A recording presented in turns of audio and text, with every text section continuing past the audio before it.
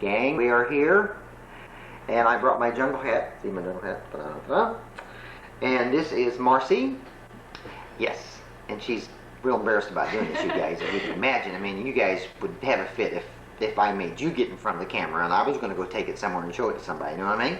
Alright, so anyway, we're going to show you these pictures that Marcy did when she went over to Egypt, okay?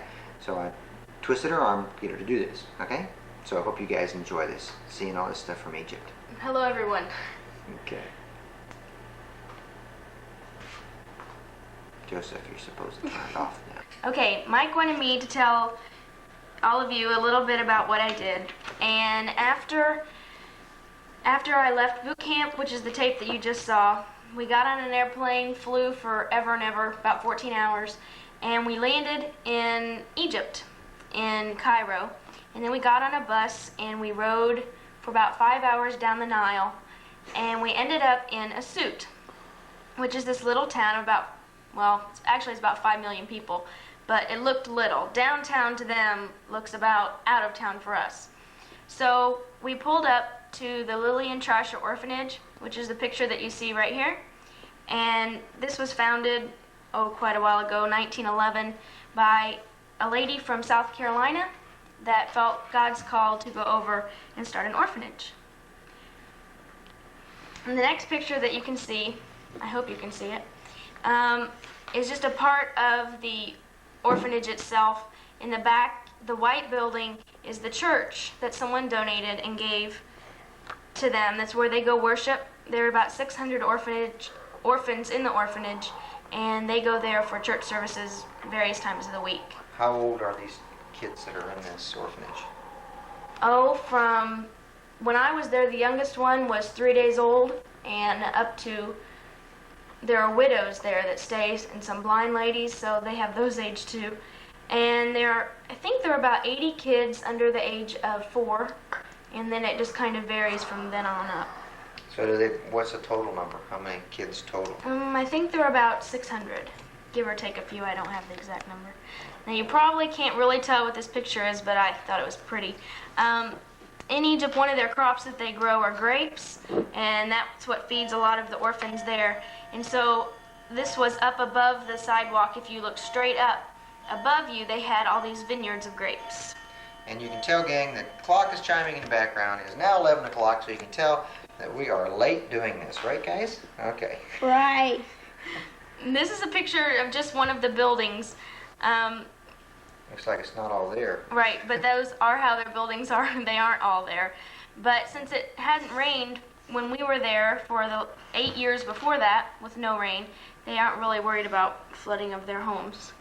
It hasn't rained since... In 8 years, where we were. Good Lord. All right. Kind of nice. You always knew it was going to be fair weather. All right, they have Domino's pizzas. It's Oh, yes. Well, kind of. This is also one of the guys in the orphanage. Each kid, child, adult, whatever, in the orphanage has a job that they have to do. The older girls usually take care of the younger children, and this was one of the boys. I think he was about 17 years old, and his job was in their, what they would call their bakery, and he made these pita breads all day long. Gosh, nice. Okay. These are some of the orphans. I think these are mostly all the girls. One thing about Egypt was the girls and guys are totally separated. Even when they stood in this big group when we first got there, all the girls were on the right-hand side and all the boys were on the left. And I don't have the picture in between, but you can see exactly where it splits, where they change groups.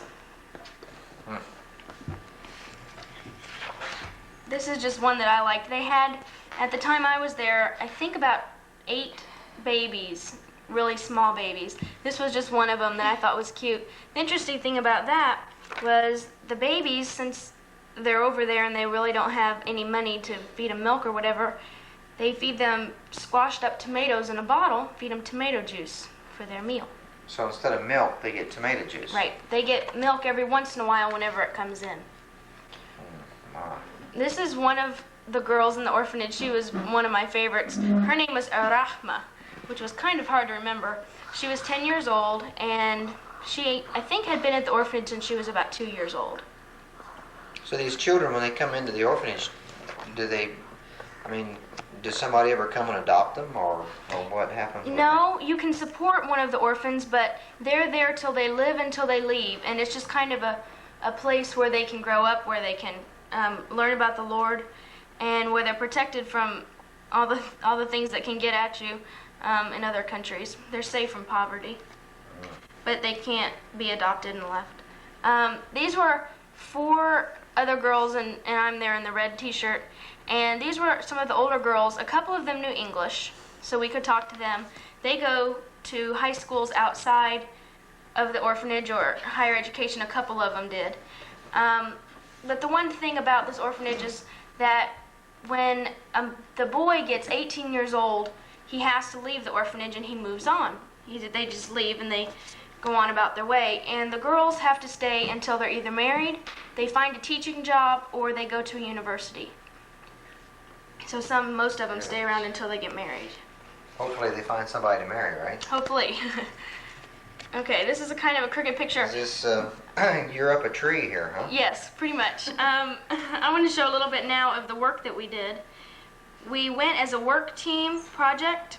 We told that we were getting dirty for the Lord. And part of that was to tear down an old cow barn that stunk really bad. And I'm up on the roof here tearing off part of the roof. I can imagine. I don't imagine they had anybody come in and clean it out very often. Not really. But after that, they were clearing out where the cow barn was, and they were making a kind of a playground-like is what we were doing. And we mixed concrete by hand. We didn't get to bring in Kraus concrete or whatever with their big things. We did it all with shovels, and so you did this all by hand? We did this all by Mixed hand. It up? We sure did. And it was very interesting. Gracious. I got many muscles. Brought in sand from the Sahara and rocks, and we took water and concrete and mixed it all up. Just like you're doing there, we see you mixing it up and Yep. getting ready to... And after that, we also laid some brick. That's me laying brick. I enjoyed doing that. That was a lot of fun. And we laid a footer for our sidewalk. And I can tell you're really into your work there. Oh yes, of course. But when it was that hot, sometimes it wasn't quite as fun as working in air conditioning. Can you imagine? It was, I think the hottest that I remember, we took out a thermometer and it was 124 when we were out working. And we laid brick that was homemade that the people in Egypt had made. And we laid it up, I think it was 2 rows, and then we laid concrete for the sidewalk that we were building. So the bricks, you didn't go down to Lowe's and buy it at your lumber store. Oh no. They had to come from another country or some other part of the country, and they shipped it in and then had to be donated, and then you came and put it together. Right. Good Lord. Okay. And after we mixed the concrete in that other picture, we put it in these little rubber buckets, and we'd carry them over, and we would start to lay the sidewalk. 1 bucket at a time? 1 bucket at a time. That was always the least favorite job. You didn't want to carry the buckets because they were so heavy. After that, you would smooth it out. In this picture, I know it's kind of hard to see, but we were laying the sidewalk around a tree. They didn't really care. I thought maybe you'd gotten carried away with the concrete. No. Making it. Okay. No, that was that. All right. So we finished, and we ended up making a 250-foot sidewalk for the orphans, and we leveled out the place where the barn used to be. And that was our work project. I'm going to show you just a couple pictures now, and then I'll be done so I don't bore you to death. This was of downtown. This was their downtown, the main strip or whatever you want to call, where they went cruising. They took burros, donkeys, bicycles, and you saw a few cars here and there. The men usually wore something on their heads, wrapped around kind of like a turban, except it wasn't that tight, just to basically to protect them from the sun. You can see the back of a lady all in black right there. And the women wore black, not all of them, but most of them did. And the ones that did would not let you take their pictures. That's why I only have the back. Women were a lot different than the men there. The men were generally the only ones that went into town. The women stayed home and cooked and cleaned and all that. And so that was a big shock for our group going over there. Especially since we weren't allowed to talk to any males. So you And guys, vice versa. you guys in the group, girls, were not allowed to talk to the guys in your own group. Right. Just to follow along with their customs. One time, one of my friends, she was talking to one of the guys on our group, just innocent, like pass the shovel please or something like that. And one of the girls asked if she was engaged to him. So Oh my goodness. this, I just want to tell you briefly about this. This is a mosque, straight up, and they're Muslim people over there. And about 5 times a day they come on with their chants, 7 o'clock in the morning, 3 o'clock in the morning, and then different other times in the afternoons they would chant, Allah is God, there is no Jesus, and all of these chants over and over in their own tongue. So they kind of brainwashed their people. That's how I saw it. This is just a picture of a couple boats on the Nile, fishing boats, and that's how they earn their living. Kind of seemed like to me how Jesus did it. And we got to ride on the Nile, kind of where Moses was. This is at the very end of the trip. I'm not sure if you can really make those out, but those are the 3 pyramids of Giza in Cairo. We saw those right before we left. Kind of our sightseeing at the end. And then at the end of it, then you went to Switzerland too, is that right? Yes, we went for our debrief to Switzerland and Paris. Kind of on our way home, we spent a week in Switzerland. Okay. Well, thank you very much. Sure.